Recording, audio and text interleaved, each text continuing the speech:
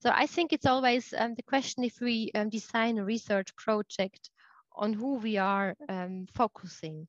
Is really this the migrants and their experience, or sometimes when we are looking, for example, a process of integration, then it's also very relevant to look at those maybe who have not a migration background. So what is happening? So why we are focusing on those who are migrants and why on the others? So and how we are developing like this kind of structure of we and the others in doing like having the focus on different categories on in research. This I think is very important. I really like this question.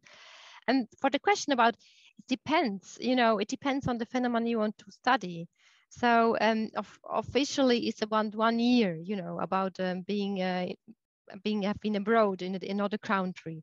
Of course, there are some differences, and also do you think about when they are going to study in another country, are they migrants or not? And this is different in different countries.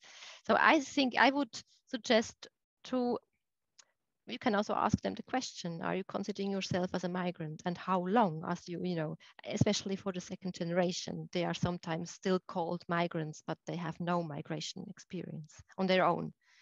So I think I cannot answer you like with one receipt, but I think this is a really relevant question we have to have in mind.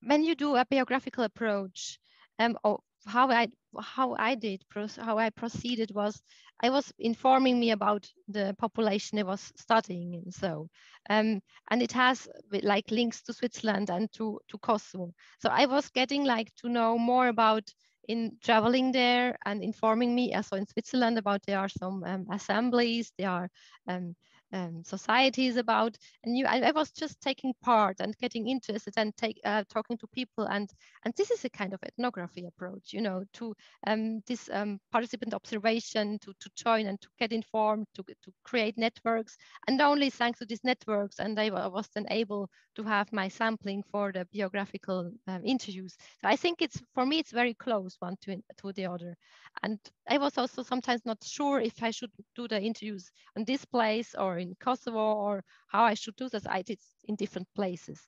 And interesting, it was more easy. It was easier to do the interviews in Kosovo than in Switzerland.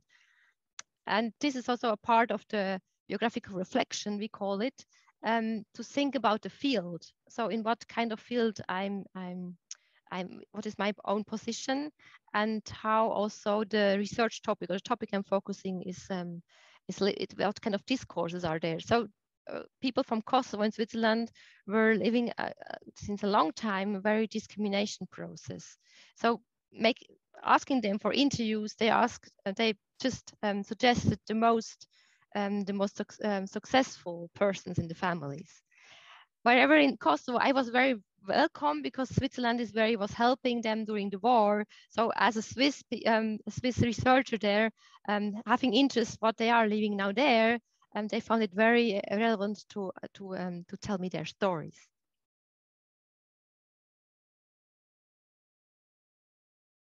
I think we have always to question what can we give back to those who were telling us, sharing their story. So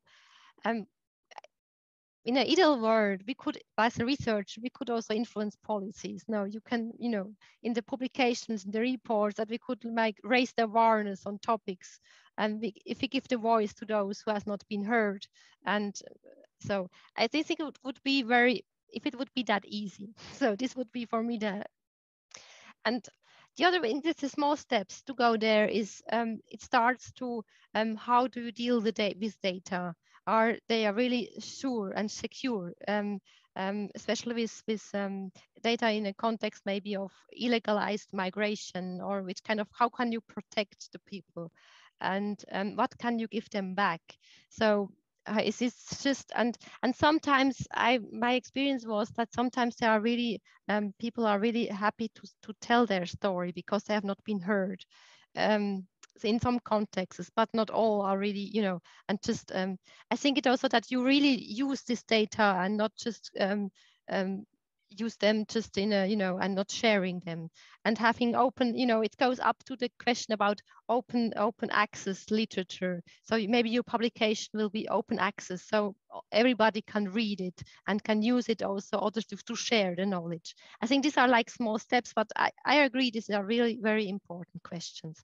So what we do with the stories or the knowledge, and how we can give them back. So especially maybe at least in the workshop, or like that they have stories also in their hand, or with reports that are for also can them useful maybe for their own developing their own projects.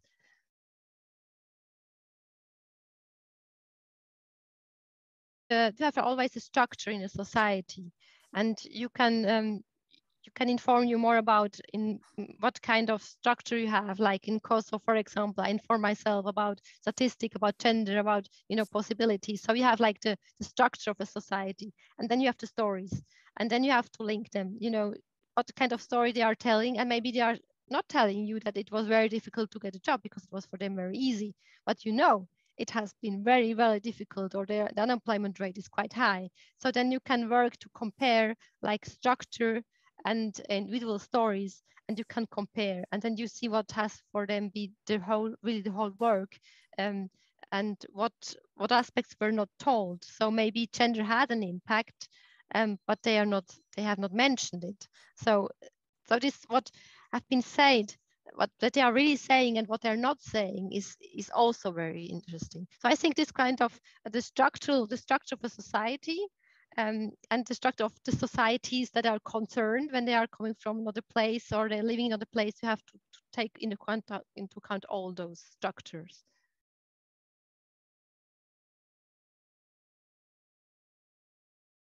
I had the experience all around. I had the impression that I had so a lot of data and so a lot of information and stories that I could go on working with the material for years. I still could, if there are some calls about topic, I think, oh, this I could also find in my data, and this I could also find. But, you know, once you have just to close and to say, okay, maybe, for example, the relevance about class and education. And for me, especially what I have in my data, it was just, it was really a small study on in-depth for one family. I would have liked to have more cases, of course, more material to prove. And what for me sometimes was very frustrating, that I was really making the point that migration policies are enforcing also inequalities. And this was just in one case. This would be, for example, one question I would have liked to go on, because like the migration regime from Kosovo and Switzerland is now very restrictive. And there are some information that they say that, of course, the migration policy in Switzerland, for example, that you can only come or stay when you are married, for example. This is really a very policy that is in enhancing the dependencies on families and on patriarchal traditions. And this is the part of Switzerland. And this would very big something that I would, if I have bigger sampling, this could be a question that I would really like to go further.